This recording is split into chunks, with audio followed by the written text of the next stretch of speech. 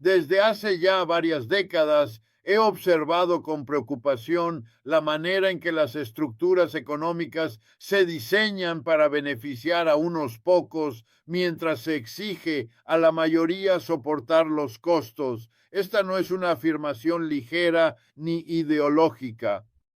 Es una conclusión respaldada por evidencia constante, por el análisis histórico y por la cruda realidad que millones enfrentan cada día. En este sentido, quiero invitarte a reflexionar conmigo sobre un tema particularmente candente y profundamente revelador: el uso de la deuda estudiantil como herramienta de disciplinamiento social en los Estados Unidos. No se trata únicamente de una cifra que crece año tras año, aunque sí, esa cifra ha alcanzado ya niveles que rebasan los 1.700.000 millones de dólares.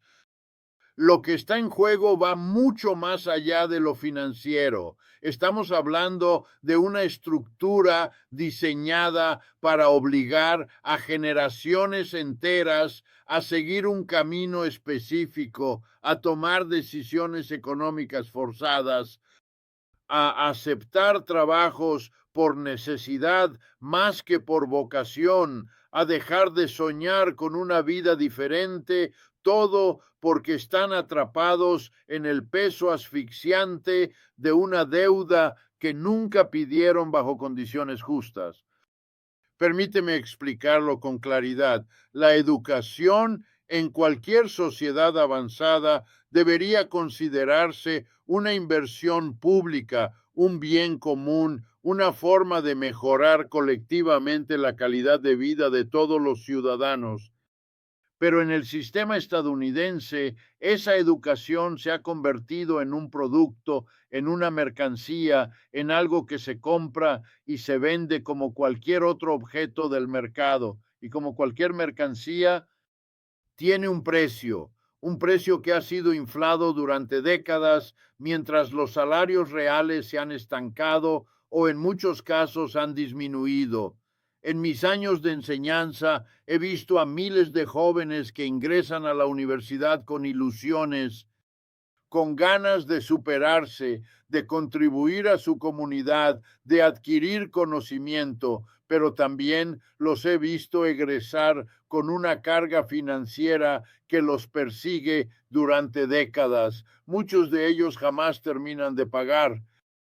Algunos incluso mueren endeudados. Esta no es una anécdota aislada, es una crisis estructural, una que debería escandalizarnos, pero que ha sido normalizada por los intereses económicos que se benefician de esta trampa.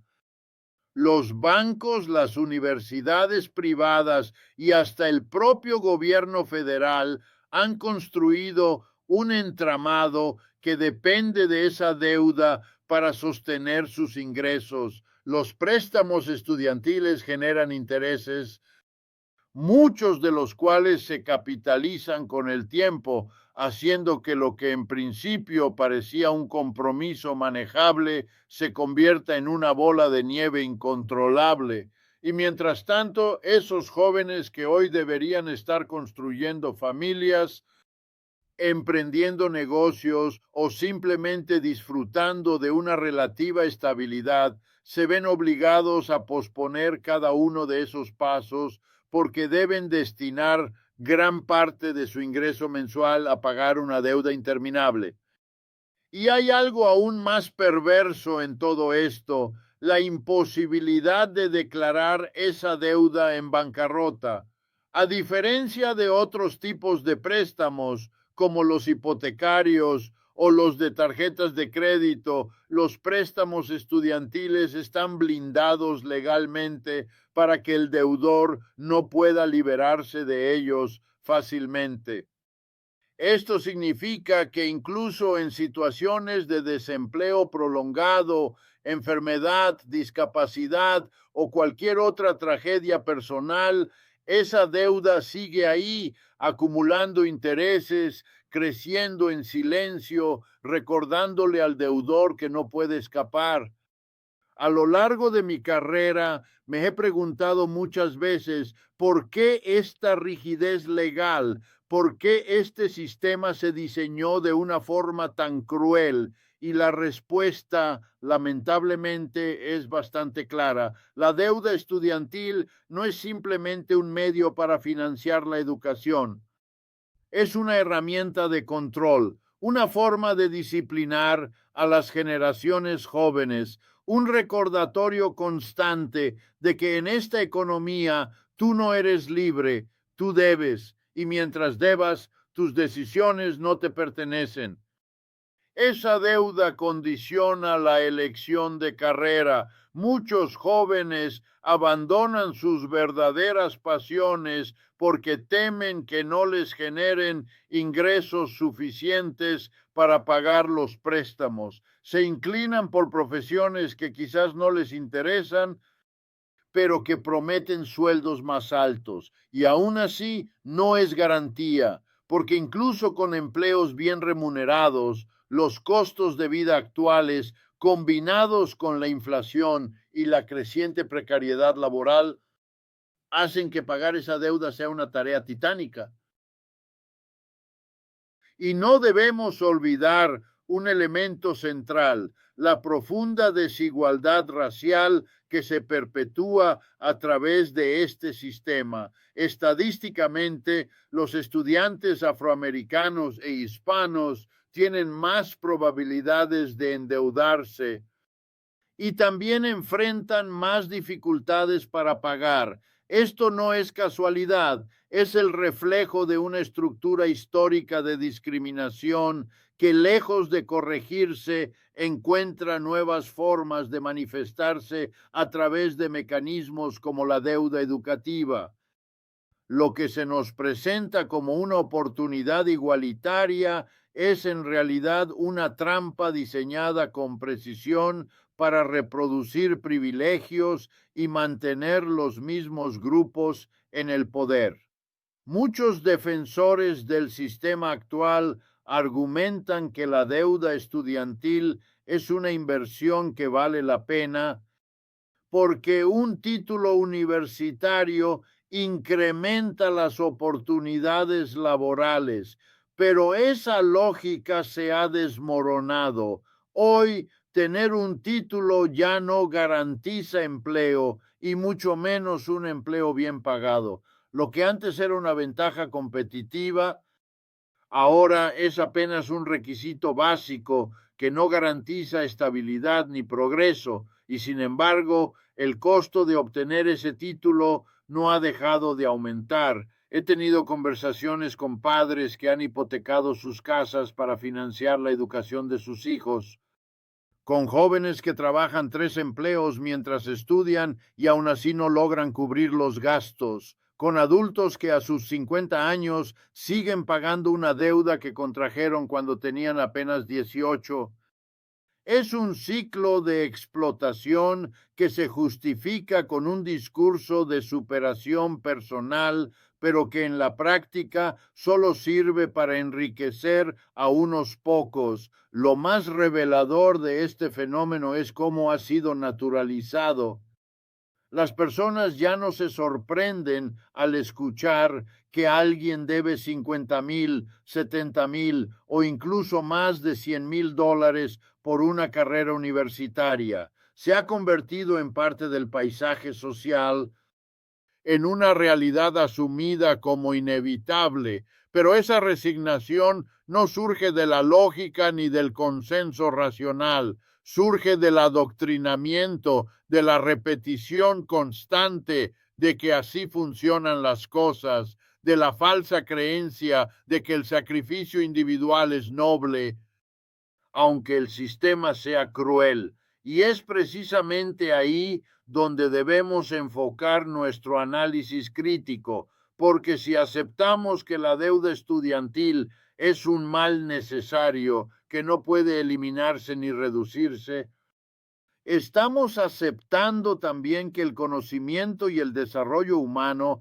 deben estar reservados para quienes pueden pagar por ellos. Estamos diciendo, en otras palabras, que la educación no es un derecho, sino un privilegio, y esa es una afirmación incompatible con cualquier democracia real.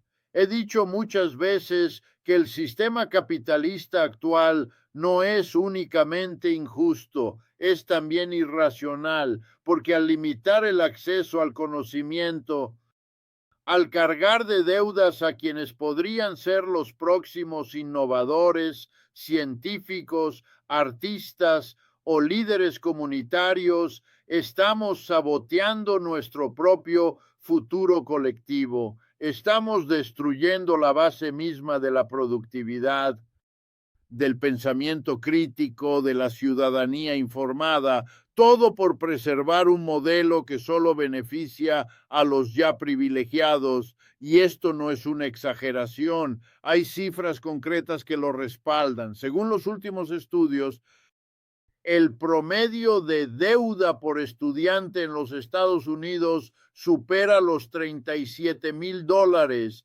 pero ese es solo el promedio. Hay cientos de miles de casos donde la deuda supera los 100,000. Y eso sin contar los intereses que se acumulan año tras año, que en muchos casos duplican o incluso triplican la.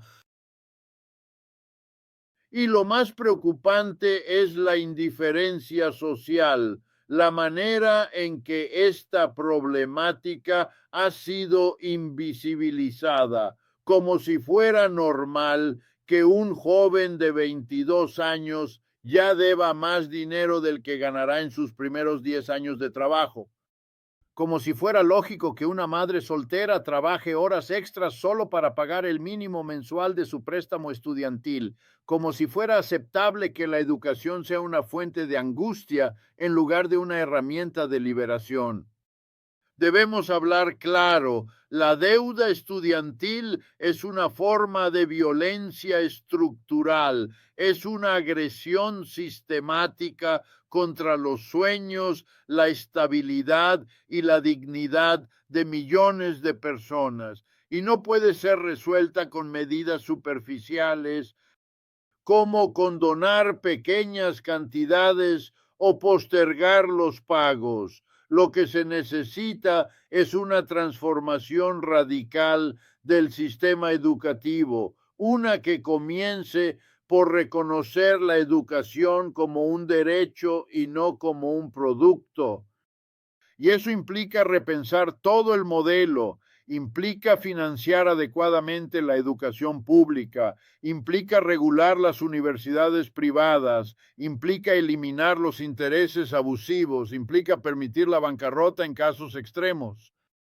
Implica, en resumen, poner por encima de las ganancias privadas el bienestar colectivo. Y sí, eso requiere una voluntad política que hoy no está presente en los centros de poder, pero que puede surgir desde abajo, desde la movilización ciudadana, desde la presión organizada de quienes ya no están dispuestos a seguir callando. He participado en múltiples foros, conferencias y debates donde esta problemática ha sido abordada.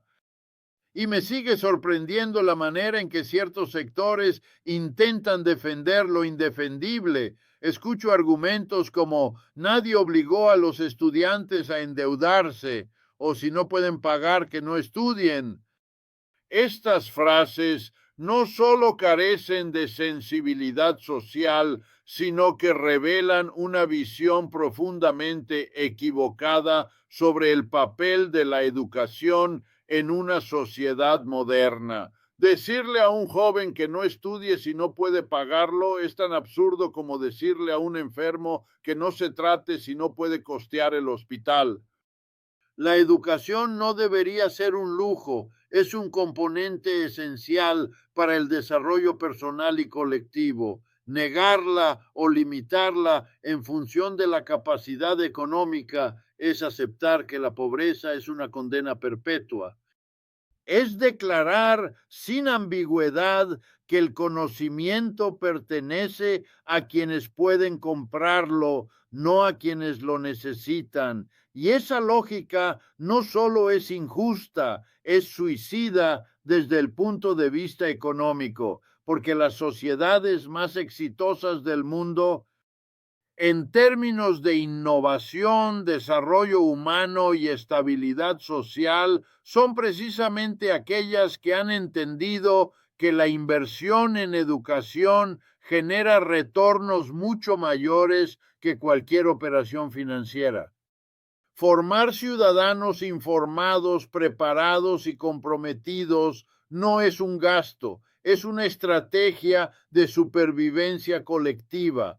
Pero en lugar de asumir esa responsabilidad, los Estados Unidos han preferido trasladar el costo al individuo. Que cada quien se endeude, que cada quien cargue su cruz financiera, que cada quien resuelva como pueda. Esa es la esencia del individualismo neoliberal. Y el resultado está a la vista: millones de personas atrapadas, millones de sueños truncados, millones de vidas condicionadas por la lógica del mercado. Y todo esto, insisto, no ocurre por accidente. Es el producto de decisiones políticas concretas tomadas por personas reales con nombres y apellidos. Son decisiones que priorizaron la desregulación financiera, que permitieron a las universidades aumentar sus tarifas sin justificación, que protegieron los intereses de los acreedores por encima de los derechos de los deudores. Son decisiones que pueden revertirse, pero para que eso ocurra, primero debemos desmantelar la narrativa que las sostiene. Esa narrativa dice, por ejemplo, que la educación privada es mejor que la pública, que la competencia genera calidad, que el mercado es más eficiente que el Estado, que cada quien debe pagar por lo que recibe. Son ideas que repetidas 1000 veces han penetrado en la conciencia colectiva, al punto de que muchas personas defienden un sistema que los perjudica. Es una forma de alienación, y desmontarla requiere tiempo, argumentos y sobre todo coraje. He visto ese coraje en muchos estudiantes. Jóvenes que se organizan, que protestan, que exigen condonación de la deuda, que cuestionan el modelo, pero también he visto cómo se enfrentan a una maquinaria que los desmoraliza, que les responde con indiferencia o, peor aún, con represión, porque cuando un sistema se sostiene gracias a la explotación, no tolera fácilmente que esa lógica sea desafiada. Y no debemos olvidar un elemento central: la profunda desigualdad racial que se perpetúa a través de este sistema. Estadísticamente, los estudiantes afroamericanos e hispanos tienen más probabilidades de endeudarse y también enfrentan más dificultades para pagar. Esto no es casualidad, es el reflejo de una estructura histórica de discriminación que, lejos de corregirse, encuentra nuevas formas de manifestarse a través de mecanismos como la deuda educativa. Lo que se nos presenta como una oportunidad igualitaria es en realidad una trampa diseñada con precisión para reproducir privilegios y mantener los mismos grupos en el poder. Muchos defensores del sistema actual argumentan que la deuda estudiantil es una inversión que vale la pena porque un título universitario incrementa las oportunidades laborales, pero esa lógica se ha desmoronado. Hoy, tener un título ya no garantiza empleo, y mucho menos un empleo bien pagado. Lo que antes era una ventaja competitiva, ahora es apenas un requisito básico que no garantiza estabilidad ni progreso, y sin embargo, el costo de obtener ese título no ha dejado de aumentar. He tenido conversaciones con padres que han hipotecado sus casas para financiar la educación de sus hijos. con jóvenes que trabajan 3 empleos mientras estudian y aún así no logran cubrir los gastos, con adultos que a sus 50 años siguen pagando una deuda que contrajeron cuando tenían apenas 18. Es un ciclo de explotación que se justifica con un discurso de superación personal, pero que en la práctica solo sirve para enriquecer a unos pocos. Lo más revelador de este fenómeno es cómo ha sido naturalizado. Las personas ya no se sorprenden al escuchar que alguien debe 50,000, 70,000 o incluso más de $100,000 por una carrera universitaria. Se ha convertido en parte del paisaje social, en una realidad asumida como inevitable, pero esa resignación no surge de la lógica ni del consenso racional, surge del adoctrinamiento, de la repetición constante de que así funcionan las cosas, de la falsa creencia de que el sacrificio individual es noble, aunque el sistema sea cruel. Y es precisamente ahí donde debemos enfocar nuestro análisis crítico, porque si aceptamos que la deuda estudiantil es un mal necesario que no puede eliminarse ni reducirse, estamos aceptando también que el conocimiento y el desarrollo humano deben estar reservados para quienes pueden pagar por ellos. Estamos diciendo, en otras palabras, que la educación no es un derecho, sino un privilegio, y esa es una afirmación incompatible con cualquier democracia real. He dicho muchas veces que el sistema capitalista actual no es únicamente injusto, es también irracional, porque al limitar el acceso al conocimiento, al cargar de deudas a quienes podrían ser los próximos innovadores, científicos, artistas o líderes comunitarios, estamos saboteando nuestro propio futuro colectivo. Estamos destruyendo la base misma de la productividad, del pensamiento crítico, de la ciudadanía informada, todo por preservar un modelo que solo beneficia a los ya privilegiados. Y esto no es una exageración, hay cifras concretas que lo respaldan. Priorizaron la desregulación financiera que permitieron a las universidades aumentar sus tarifas sin justificación, que protegieron los intereses de los acreedores por encima de los derechos de los deudores. Son decisiones que pueden revertirse, pero para que eso ocurra, primero debemos desmantelar la narrativa que la sostiene. Esa narrativa dice, por ejemplo, que la educación privada es mejor que la pública, que la competencia genera calidad, que el mercado es más eficiente que el Estado, que cada quien debe pagar por lo que recibe. Son ideas que repetidas 1000 veces han penetrado en la conciencia colectiva al punto de que muchas personas defienden un sistema que los perjudica. Es una forma de alienación y desmontarla requiere tiempo, argumentos y sobre todo coraje. He visto ese coraje en muchos estudiantes.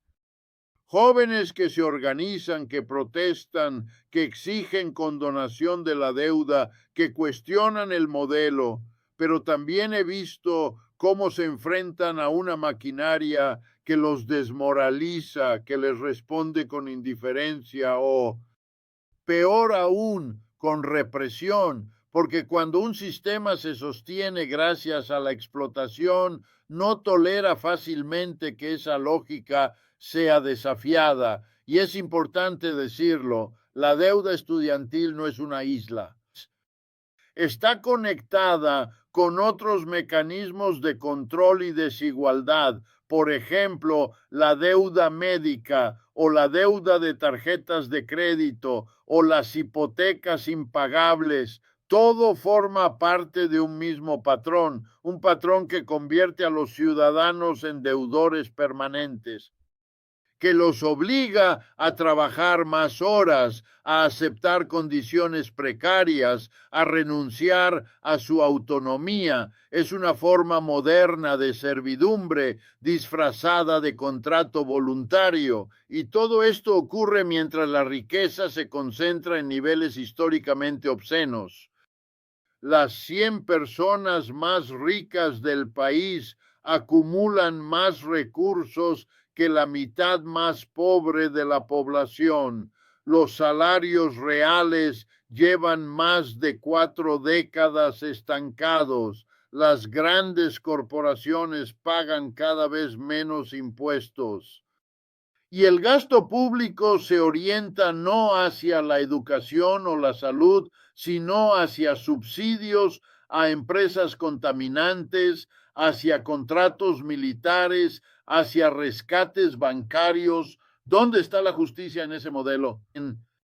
¿Dónde está la racionalidad económica? ¿Cómo podemos justificar que un joven de 20 años deba $40,000 por estudiar, mientras una petrolera recibe exenciones fiscales multimillonarias? La respuesta es que no se puede justificar, no desde la ética, ni desde la economía, ni desde la política, solo se sostiene desde el poder, desde la capacidad de ciertos grupos para imponer su visión del mundo como si fuera la única posible. Pero no lo es. Existen alternativas, existen modelos diferentes, existen países donde la educación es gratuita, donde la deuda estudiantil no existe, donde los jóvenes pueden formarse sin hipotecar su futuro. Esos modelos no son perfectos, pero demuestran que hay otros caminos, que el modelo estadounidense no es una fatalidad, es una elección, y como tal puede y debe ser cuestionado.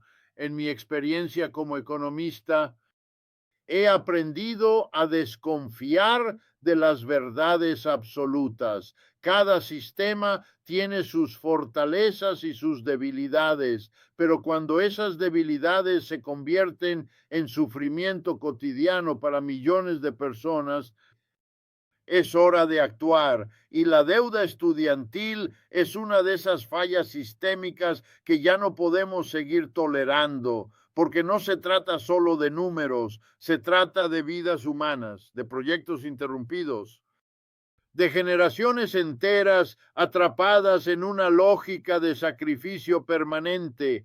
He recibido cartas de personas que con lágrimas en los ojos me cuentan que ya no ven salida, que sienten que hicieron todo lo correcto. Estudiaron, se esforzaron, trabajaron y aún así no pueden salir adelante. Esa sensación de impotencia no es un problema individual, es el reflejo de un sistema que ha fallado, que prometió movilidad social y entregó precariedad, que ofreció futuro y entregó deuda. Y es por eso que hablar de condonación no es una locura, no es un capricho ideológico, es una medida de justicia, una forma de reconocer que el modelo actual no funciona, que está dañado en su base, que ha generado más exclusión que inclusión, más frustración que esperanza, y que si queremos construir una sociedad verdaderamente democrática, tenemos que empezar por liberar a las personas de las cadenas invisibles que hoy las atan. Ahora bien, me gustaría detenerme por un momento en las implicancias más amplias de este fenómeno, porque cuando uno analiza la deuda estudiantil únicamente como una cuestión financiera, pierde de vista sus ramificaciones sociales, políticas y psicológicas. Esta forma de endeudamiento no solo condiciona el presente de las personas, también transforma su relación con el futuro. Cuando un joven se gradúa y comienza su vida laboral con una deuda sobre sus hombros, no solo ve reducido su ingreso disponible, también se vuelve más reacio al riesgo, retrasa decisiones como formar una familia, adquirir una vivienda, iniciar un emprendimiento. su horizonte vital se acorta. La presión inmediata de pagar limita su capacidad de imaginar. Es una economía del miedo, no de la esperanza. Y no exagero al usar esas palabras. Lo he visto con mis propios ojos. Estudiantes brillantes, con ideas innovadoras, con un compromiso social admirable, que abandonan sus sueños porque no pueden permitirse dedicar tiempo a algo que no les asegure un ingreso inmediato. Y ese es el punto exacto donde se rompe la cadena de posibilidades que toda sociedad debería alimentar. Una nación que deja de invertir en su juventud es una nación que camina hacia el estancamiento, y eso es precisamente lo que ha ocurrido, porque aunque los sectores tecnológicos, financieros o militares han seguido creciendo, lo han hecho sobre una base social cada vez más frágil. El endeudamiento masivo no solo genera sufrimiento individual, también debilita la cohesión social, mina la confianza en las instituciones, fomenta el resentimiento y la apatía. ¿Cuántas veces hemos oído a jóvenes decir que ya no creen en el sistema, que sienten que todo está manipulado, que nadie los representa, que votar no cambia nada? Esas frases no brotan del cinismo, brotan de la experiencia vivida, de años de sacrificio sin recompensa, de promesas incumplidas, de una realidad que contradice cada día el discurso oficial. Y aquí hay un componente fundamental que no podemos ignorar: el papel de los medios de comunicación, porque la narrativa dominante ha sido moldeada por aquellos que tienen el poder de difundir sus ideas a gran escala. Se nos dice que quienes están endeudados lo están porque tomaron malas decisiones, que no supieron administrar su dinero, que eligieron carreras inútiles, que deberían haber trabajado más duro. Esta narrativa no solo es falsa, es profundamente cruel. Culpar a la víctima ha sido siempre una estrategia eficaz del poder para perpetuarse, pero es también una estrategia que desgasta el tejido social, que siembra división, que enfrenta a unos contra otros, que convierte a los ciudadanos en jueces de sus vecinos en lugar de aliados en la búsqueda de soluciones colectivas.